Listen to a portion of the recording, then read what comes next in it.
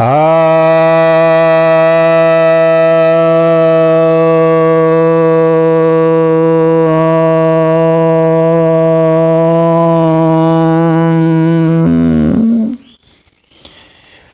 भक्तजनों को सप्रेम नमन।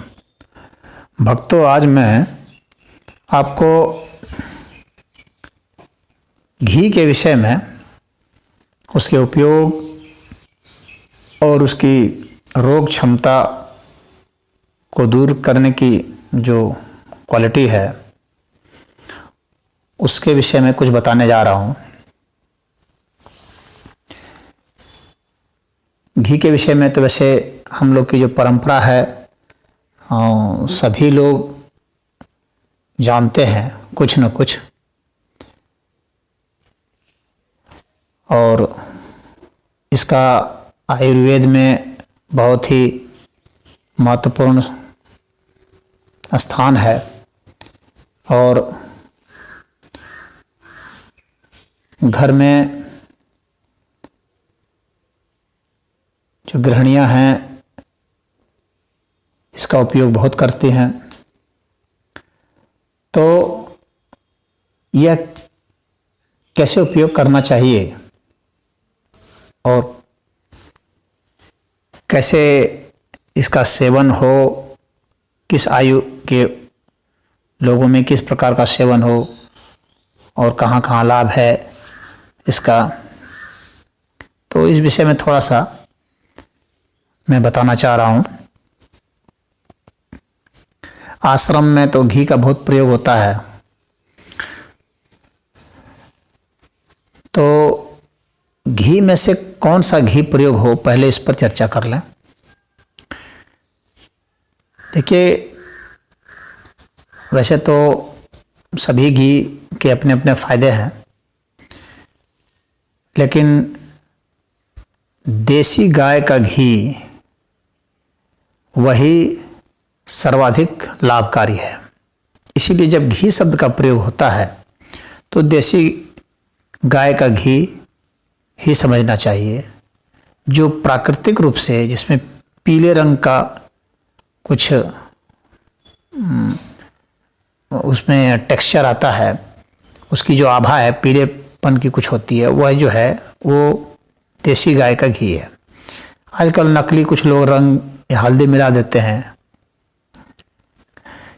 भैंस के भी घी में, तो वह नहीं है। सही तो वही है जो देसी गाय का घी हो, और भरोसा तो दूसरे पर नहीं किया जा सकता है।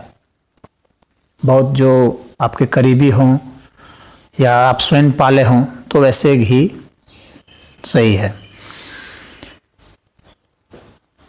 और जो डब्बे में बंद होकर के ये सब घी मिलते हैं, पता नहीं वे ग्रीस से भी बनाए जाते हैं, कौन कौन चीज़ से बनाते हैं, सब रसायन से बना देते हैं, और दूसरे जानवरों का घी डाल देते हैं, तो यह पता नहीं चलता है कि ये किस जानवर का है, तो उसके उपयोग की विधि भी सही नहीं हो पाती है।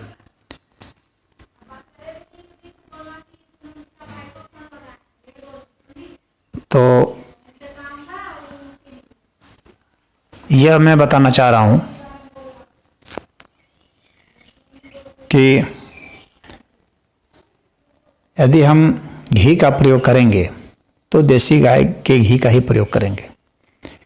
और घी को वैसे सैचुरेटेड फैटी एसिड कहा जाता है। सैचुरेटेड फैटी एसिड का मतलब होता है कि जो संतृप्त है, और संतृप्त हो जाने की वजह से यह अपने गुणों को बरकरार रखता है, अपने गुणों को छोड़ता नहीं है, और यह जल्दी से बिगड़ता नहीं है।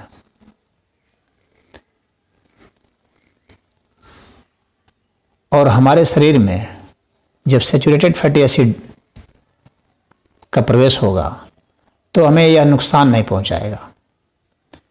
तेल वगैरह जो होते हैं ये अनसैचुरेटेड होते हैं,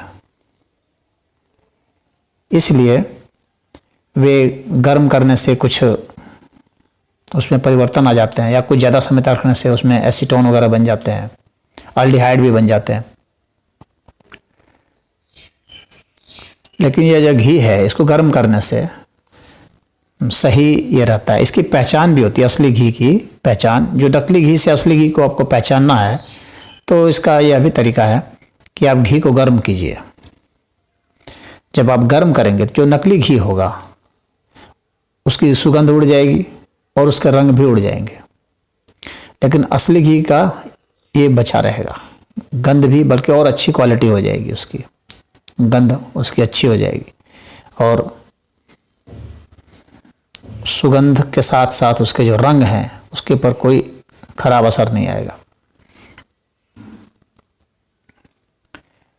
इसके अलावा आप एक चीज़ और देखेंगे कि जब आप असली घी खाएंगे तो असली घी जो हमारा शरीर का जो तापमान है उस तापमान में पिघल जाता है। यानी यदि आप खाएंगे तो आपको चिपचिपा नहीं लगेगा, बिल्कुल नेचुरल लगेगा, घुल जाएगा भीतर। उसके सॉल्युबल्स जो हैं आ जाते हैं, वो घुल जाता है भीतर। और अगर उसमें नकलीपन होगा तो तलवे में चिपचिपाहट आएगी, या घी से तली हुई कोई चीज़ आप खाते हैं तो ऊपर चिपचिपाहट आती है, तो इसका मतलब आप समझ जाइए कि वो नकली घी है। नकली घी जैसे डालडा वगैरह से भी जो बनाते हैं या अन्य ग्रीस वगैरह से बनाते हैं, तो वे आपको नुकसानदायक होते हैं वो पचाने में। तो हो सकता है आपको उल्टी होने लगे या दस्त होने लगे, तो इसका अर्थ है कि आपने नकली घी खा लिया। कुछ लोगों का कहना है कि घी जो है पचता नहीं है। तो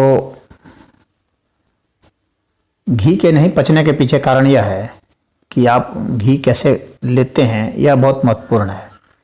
घी को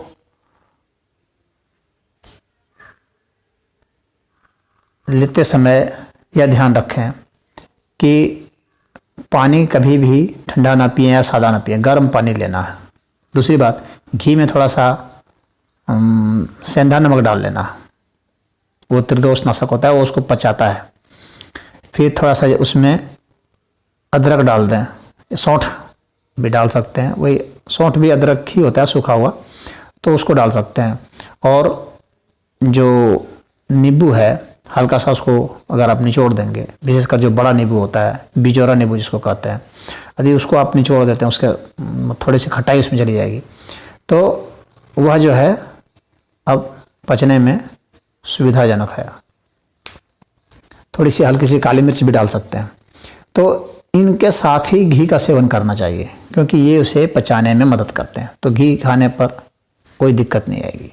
बिना इनके खाएंगे घी, या घी खाने के बाद ठंडा पानी पी दिए या सादा पानी पी देंगे तो वो पचता नहीं है, लाभदायक नहीं होता है और जहर भी बन जाता है।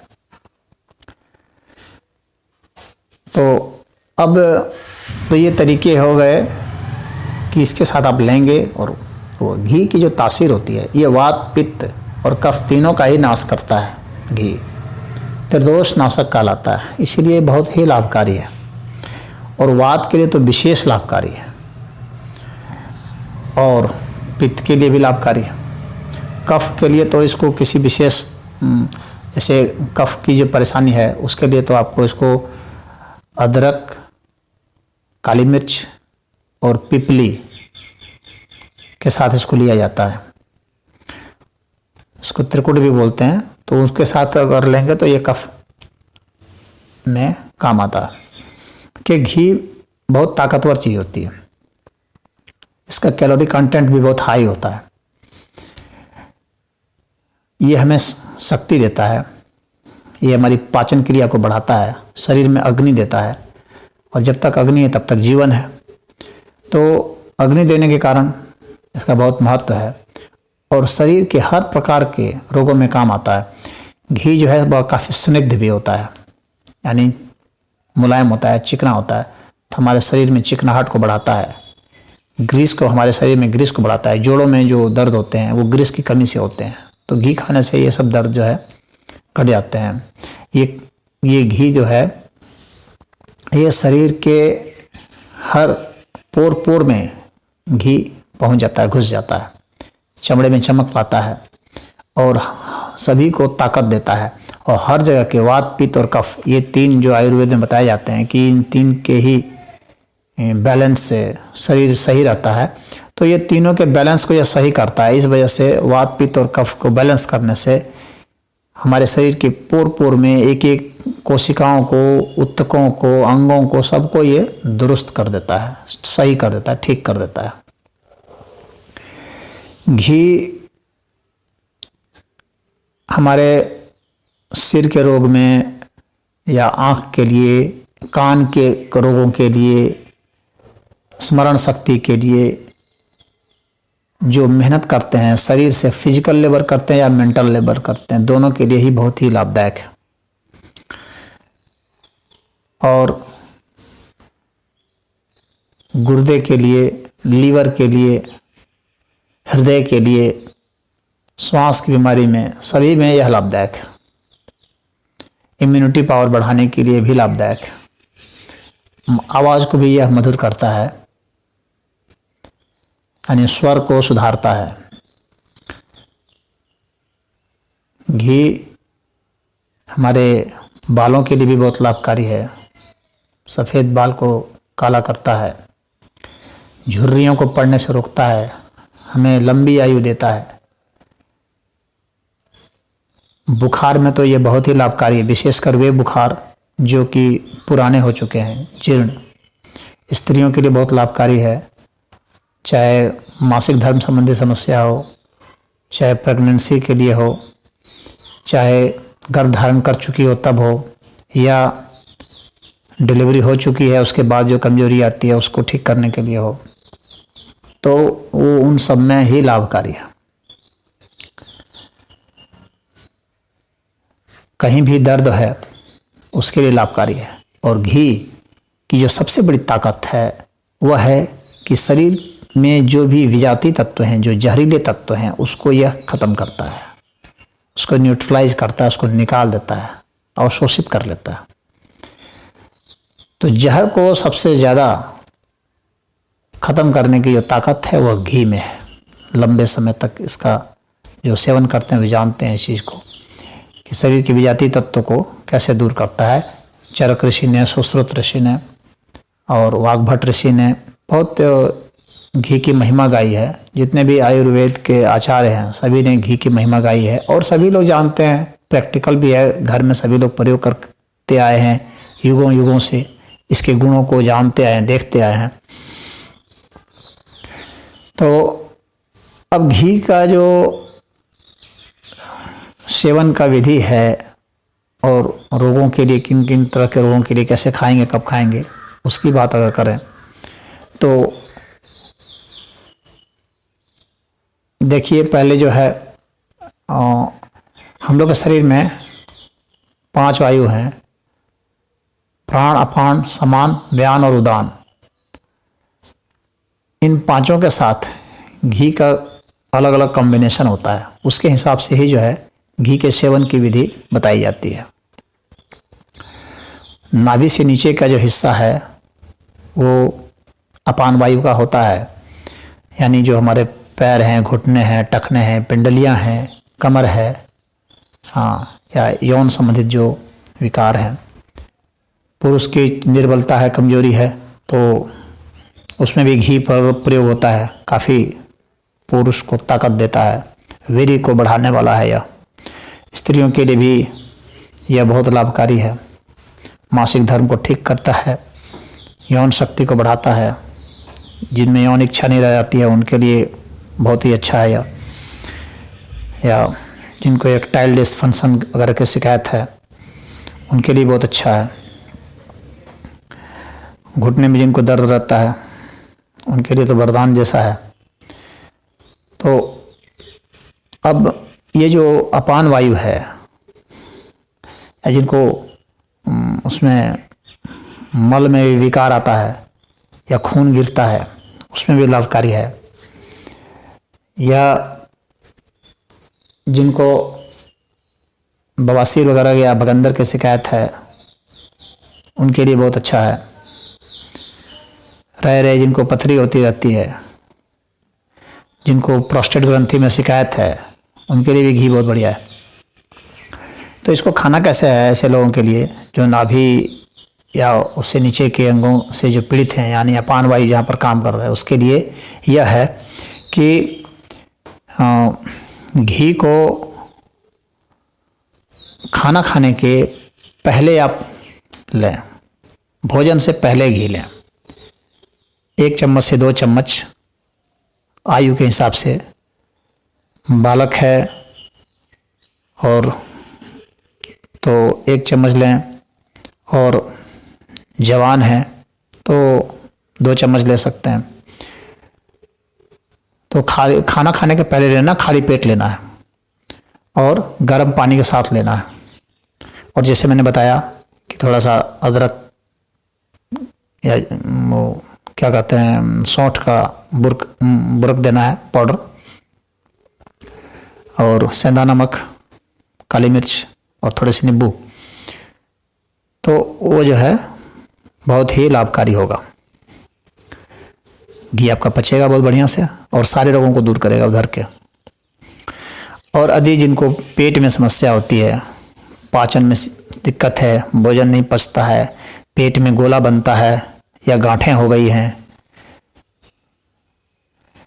और अग्नि कमज़ोर है, तो ऐसे लोग जो हैं ये खाते समय लिया करें। यानी जैसे रोटी या चावल जो भी खा रहे हैं तो उसके बीच बीच में ले लिया करें, थोड़ा थोड़ा करके, इस तरीके से, यानी भोजन का साथ ही इसको लिया। इस तरह से आपको इसको लेना है खाना खाते समय। अब इसके बाद जो है ये जो प्राणवायु है, यानी जो हृदय और फेफड़े संबंधित जो दिक्कत होती है, इन सब के लिए जो लेना है, तो यह जो है प्राणवायु के साथ लेंगे। तो जो चीज़ बताया था मैंने, उन्हीं के साथ ही इसको भी मिक्स करके आप लेंगे, और ये ठीक भोजन के बाद लेंगे। भोजन कर लिया उसके बाद तुरंत ही इसको ले लेंगे। तो ये कफ रोगों को या ब्लड प्रेशर को, इन सब को नॉर्मल करता है। कुछ लोगों की शिकायत है कि नहीं ये घी में जो कोलेस्ट्रॉल होता है, तो ऐसा है। तो देसी जी गाय का जो घी है उसमें इस तरह का कोई कोलेस्ट्रॉल नहीं होता है। और थोड़ा कोलेस्ट्रॉल जो है हम लोग के लिए ज़रूरी भी होता है। ऐसा नहीं है कि कोलेस्ट्रॉल बिल्कुल ही नुकसानदायक होता है। हम लोग के मस्तिष्क में कोलेस्ट्रॉल के भी कुछ अंश होते हैं। हम लोग उसमें चिकनाहट वगैरह होती है, दिमाग में चिकनाहट होती है, शरीर में चिकनाहट की ज़रूरी है, क्योंकि जितनी धातुएं हैं उसमें चाहे अस्थि हो, मेद हो, मज्जा हो, रक्त हो, वीर्य हो, तो इन सभी में मांस हो, इन सभी के लिए जो है ये जरूरी होता है घी। इन सभी धातुओं को ये पुष्ट करता है। तो ये गुड कोलेस्ट्रॉल है, बैड कोलेस्ट्रॉल नहीं है, जो देसी गाय के घी में होता है। अब जिनको मान लीजिए कि इनकी शिकायत है अस्थमा की या प्लोरोसिस, ब्रोंकाइटिस, जो भी शिकायत है, फेफड़े संबंधी जो शिकायत है, तो उसमें भी नींबू नहीं डालें घी में, श्वास रोगों में, और बाकी जो चीज़ बताया हूँ उसको डाल दें। त्रिकुट डाल करके उसका सेवन करेंगे। अब जिनको स्वर भंग होता है, तो स्वर भंग के लिए घी बहुत ही अच्छा है, उसमें त्रिकुट डाल दें और मुलेठी भी डाल दें साथ में, तो स्वर भंग का में बहुत अच्छा होता है। घी हमारे गले को बहुत ताकत देता है, गायकों के लिए बहुत अच्छा है। और आँख के लिए, कान के लिए, इन सब के लिए अच्छा है। तो यह जो है ये खाना खाने के बहुत बाद में रात को सोते समय घी लिया जाता है। इस तरीके से इसको आपको घी लेना है। रात को सोते समय 1 चम्मच 2 चम्मच आयु के हिसाब से और अपनी क्षमता के हिसाब से आप घी का सेवन इस विधि से करें। गर्म पानी के साथ ही उसको लेंगे, सदैव इसका ध्यान रखें। कुछ लोग दूध में भी घी डाल के लेते हैं, वह भी अच्छा है। तो दूध में भी घी डाल के लें, लेकिन इन चीज़ों को जैसे मैंने कहा था, तो अगर दूध के साथ ले रहे हैं तो उसमें सेंधा नमक वगैरह नहीं डालेंगे, दूध के साथ नमक नहीं डालना। अगर दूध नहीं लेंगे तो आप नमक डाल सकते हैं। और उस विधि से यदि आप सेवन करेंगे तो चाहे आँख की ज्योति बढ़ानी है, चाहे कान में दिक्कत है सुनने में, या कान संबंधित कोई भी रोग है उसको ठीक करेगा, या अपस्मार है, मिर्गी है, जिनको मानसिक चिड़चिड़ापन, उदासी, क्रोध ये सब आता है, नींद नहीं आती है, उन सब के लिए बहुत अच्छा है। स्मरण शक्ति बढ़ाने के लिए बहुत अच्छा है। विद्यार्थियों के लिए तो बहुत ही अच्छा है घी। और चेहरे पर रौनक लाने के लिए भी घी बहुत अच्छा है। कॉस्मेटिक्स की आवश्यकता नहीं है आपको, कहीं भी है तो आप घी लगा सकते हैं। अगर ऊपर से भी घिसना है तो आप घी लगा करके घिसिए, बहुत अच्छा है। और भीतर से यदि आप खा ही रहे हैं घी तो चेहरे में स्वतः ही चमक रहेगी। तो मैं समझता हूँ कि आप इसका प्रयोग कीजिए। करीब करीब सभी रोगों में घी लाभकारी है। जिनके मल चिपचिपे निकल रहे हैं, ऐसा रोग हो गया मल चिपचिपे निकल रहे हैं, तो उसमें सिर्फ घी का वर्जन कर दिया गया है। तो उसमें घी आप नहीं खाएंगे, जब वो रोग आपका ठीक हो जाएगा तभी खाएंगे। तो इसका सेवन करके देखें और इसका लाभ उठाएं जिस विधि से बताया गया है, तो आप पाएंगे कि आपके लिए बहुत ही लाभकारी हुआ। और कई घी का नश्य भी लिया जाता है। नश्य का अर्थ हो गया कि नाक में भी घी डाली जाती है, और घी को नाभि में भी डाला जाता है। यानी प्रतिदिन नाभि में घी को लगा लेंगे तो उसके बहुत लाभ हैं। आँखों की ज्योति के लिए, गिरते हुए बालों के लिए, और स्मरण शक्ति बढ़ाने के लिए वगैरह। तो नाक में जो घी लेते हैं, डालते हैं, तो 2 बूंद ही डाला जाता है। और शरीर का जो तापमान है उस तापमान में घी को ला के डालेंगे। हालांकि हम लोग का शरीर का तापमान जो है मान लीजिए 37 डिग्री के आसपास है, तो जैसे ही नाक में डालेंगे तो घी जो है उसमें पिघल करके, और हम लोग का जो यहाँ मस्तिष्क का द्वार है उसमें घी का प्रवेश हो जाता है। वहाँ जो ऑल्फैक्टरी नर्व्स हैं, तो वो ऑल्फैक्टरी नर्व्स को सक्रिय करता है, और उसके जो सूक्ष्म अंश हैं घी के, वो हम लोग के मस्तिष्क में चले जाते हैं, और उसका कुछ अंश जो है मुंह से निकल जाएगा। तो आप उसको या तो थूक भी सकते हैं या उसको घोट भी सकते हैं, कोई दिक्कत नहीं है। नाक में जो घी डालते हैं तो किसी सीधा सीधी सिर्फ घी भी डाल सकते हैं, और उसमें कोई औषधि मिला हुआ घी भी डालते हैं। तो इन दोनों विधियों से फ़ायदा करता है। यदि आपको छींक वगैरह आती है, हर्ष में जुकाम वगैरह रहता है, तो आप काली तुलसी के पत्ते का रस को भी इसमें मिला करके यदि आप थोड़ा डालेंगे, और घी में थोड़ा सा सरसों का तेल भी मिला लेंगे और डालेंगे, तो बहुत लाभकारी होगा। और नाभि में जो घी लगाते हैं तो उससे भी बहुत लाभ होता है, जैसे मैंने बताया। तो नस भी लिया जाता है और ये नाभि में भी डाला जाता है, और अपने जनेंद्रियों पर भी जो है घी से मालिश करते हैं, तो उसका भी बहुत लाभ होता है। तो बाहर से भी घी डालते हैं, और जिनको बहुत जहर हो जाता है उनको घी बहुत पिलाया भी जाता है जहर की उल्टी करने के लिए। आँखों में भी घी डाल दिया जाता है, जहर की समस्या जब आती है तो उससे भी बहुत लाभ होता है। घी को माथे में भी डाला जाता है, धार के रूप में छोड़ा जाता है। तो पंचकर्म में वह भी एक क्रिया होती है, तो वह भी बहुत सिर रोग में बहुत लाभकारी है। तो उस तरीके से भी अगर ले सकते हैं आप तो घी की धार लेना चाहिए, तो शरीर के बल को बढ़ाता है, वीरवर्धक होता है, ओजवर्धक होता है। और यह जो घी है यह चूँकि सूक्ष्म स्वरूप है, यह दूध से निकल करके आया है सूक्ष्म होता हुआ, तो ये काफ़ी ताकतवर होता है। और इसको जो अगर हम प्राणायाम के जरिए इसको हम बर्न करते हैं तो यह बहुत ही लाभकारी होता है। यदि इसमें हम धारणा के साथ इसको घी को जलाते हैं तो यह बहुत लाभकारी होगा। यानी नाभि केंद्र पर जो है यदि हम प्राणायाम करके उसका प्रयोग करें, धारणा करें, ध्यान में बैठें, तो यह बहुत ही लाभकारी होगा।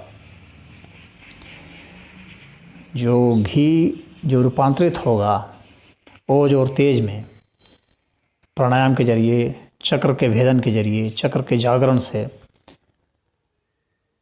तो वो बहुत ऊर्जावान होता है और बहुत ही जल्दी हमें चक्रों में ऊर्ध्व गति देने में सफल होता है।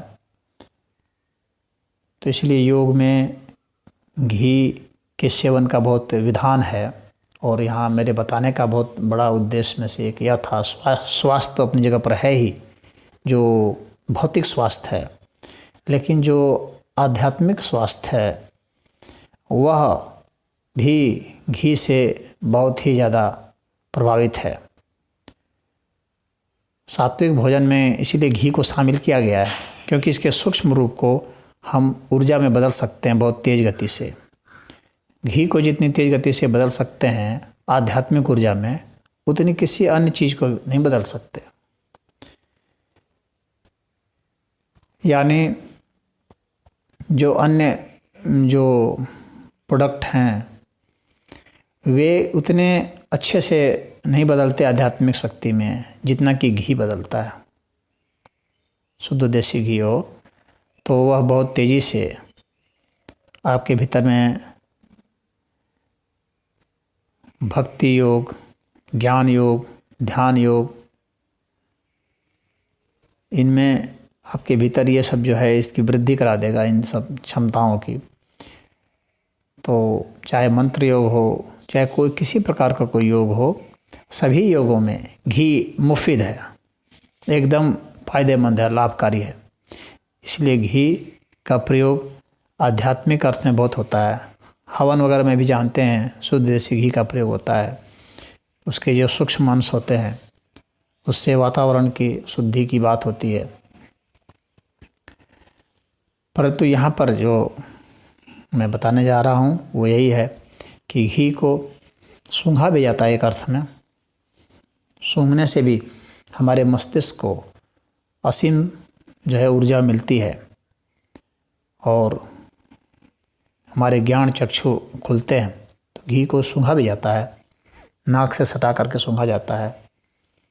कम से कम जो है अगर आध्यात्मिक अर्थ में सूंघना है तो 108 बार लंबी सांस खींच करके उसको सूंघने का विधान है। और उससे जो है आपकी प्राण वायु बहुत बढ़ जाएगी, उदान वायु बहुत बढ़ जाएगी, जो कि हमारे सहस्रार चक्र को और आज्ञा चक्र को, दोनों चक्रों को जगाने का काम करती है। तो जिन जिन वायु के लिए कहा गया है उन चक्रों को जगाती है हमारी ये क्रिया जो घी के साथ होती है। जो भी प्राणायाम की क्रिया है, चाहे अपान वायु है तो वहाँ पर जो है मूलाधार चक्र को, स्वाधिष्ठान चक्र को, चाहे नाभि में लगाते हैं तो समान वायु के कारण जो है वहाँ मणिपूरक चक्र को, और ऊपर प्राण वायु के साथ जो इसकी क्रिया होती है, तो वह अनाहत चक्र को और गले में जो सेवन की विधि बताया हूँ उसके कारण जो है विशुद्धि चक्र में और सहस्रार और नस्य से सहस्रार और आज्ञा चक्र में जो है फायदा करता है। सिर के ऊपर धार गिराने से, माथे के ऊपर धार गिराने से सहस्रार चक्र में बहुत लाभकारी है। तो ये घी का सेवन इसलिए बहुत ही अच्छा माना जाता है और योग में इसका विधान है, इसलिए इस टॉपिक को मैंने चुना था आपके लिए। तो आप इसका जो विधिवत सेवन करें और इसका लाभ उठाएं, यही हमारी इच्छा है। एक बार पुनः आपको ओम हरि कह रहा हूँ ताकि आप जो है इसकी गंभीरता को समझें। योग में और अपने स्वास्थ्य के लिए, दोनों के लिए ही आपके लिए काफ़ी महत्वपूर्ण है। हरि ओम।